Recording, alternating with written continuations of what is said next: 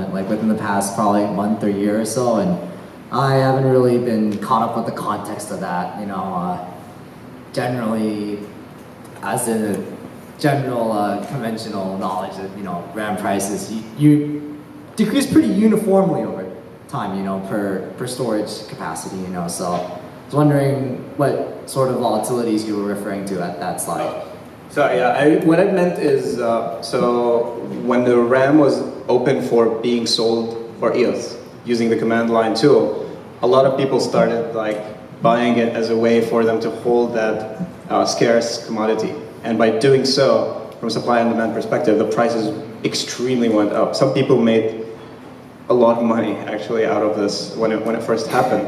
And the prices was pretty cheap that you can actually do everything on chain and not worry about it. Like you can create as many users as possible with the amount of RAM that you had. But when the prices actually did spike up, and they kept on moving up throughout the week until later on news, a lot of people started selling, and then the prices did go down, but it's still a lot higher than it was when they first announced the fact that you can actually now use RAM in order to build an application. And that kind of, from a perspective from a developer now, it's a lot more expensive to do things with RAM, so you need to be more cautious of what you store and what you not store. From a volatility perspective, if you're a developer, you stake your tokens right now, or you buy some RAM right now, you lose your tokens, and then later on you realize that you have more than enough or you have less than enough and you need to buy it at a different point in time, and the price can be different. So you need to figure out what's the best time to buy and what's the best time to not buy. So as a developer now you're in the trading mentality, that is what I meant by volatility perspective. Yeah, hi. I really enjoyed the talk so far, but I want you to delve into a little bit more. Can you just walk me through the resources, the staking that I need to do as a dApp developer? Let's say I anticipate 10,000 users over the next month, let's say. I have to stake some EOS tokens so that my users don't have to pay transaction fees, is the idea. And then if I only get 5,000 users, then would I get half the stake back as a result? And with the gas, I guess you're really leasing the RAM, with the RAM. You're leasing the RAM for a period ahead, or it's not quite clear to me how you acquire this network resource of RAM, and then maybe overspend or underspend or get remunerated at the end of the period.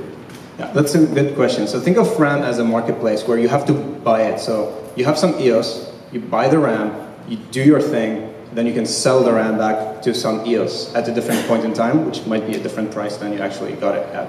And from a perspective of a developer, you do this ahead of time. You think, okay, I'm going to have 10,000 users for this month.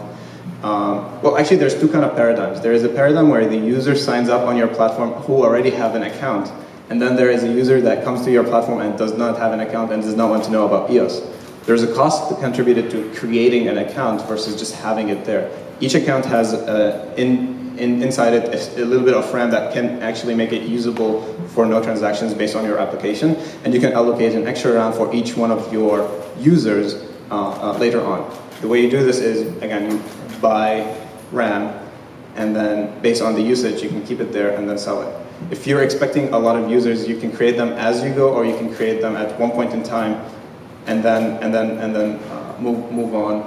Does that make sense? Yeah, I think I understand that. And with the stake, if you overstake, then you get a portion of your stake back at the end of the period. Is that the idea?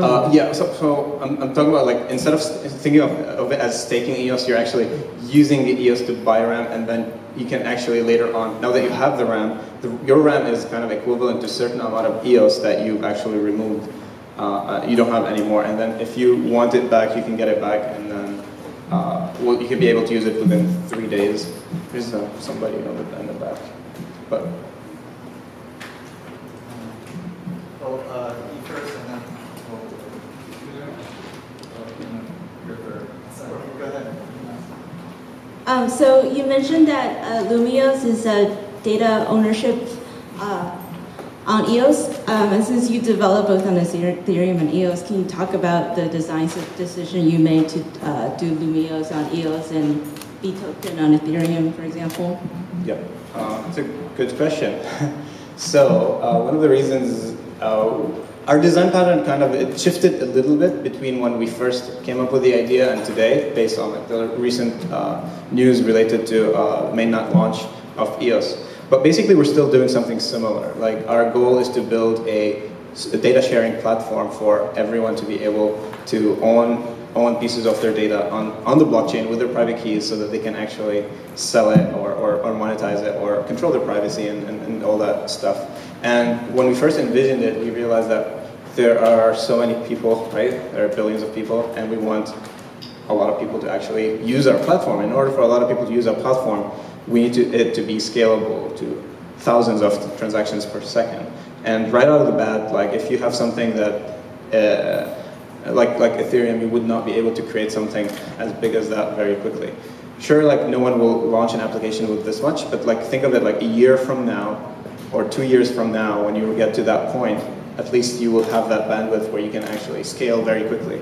And it's not only at EOS at launch, there is plans to make it even more scalable and allows a lot more users. And I mean, we might be ambitious, but we feel like EOS is the platform for us to grow and get as many users as possible and many transactions as possible. That's one of the reasons we decided to go with EOS for Lumeos. In the case of BToken, it was more transactional, where we have a few bookings per day, or maybe thousands of bookings per day. That's also within the transactions per second for Ethereum. I mean, we didn't do much of, like, everybody was building on Ethereum at that point, and there was not many mature blockchains, so we went with Ethereum. But it makes sense for them to like stay on Ethereum unless they like scale it up very quickly, and then they might have to like move over to a different platform. But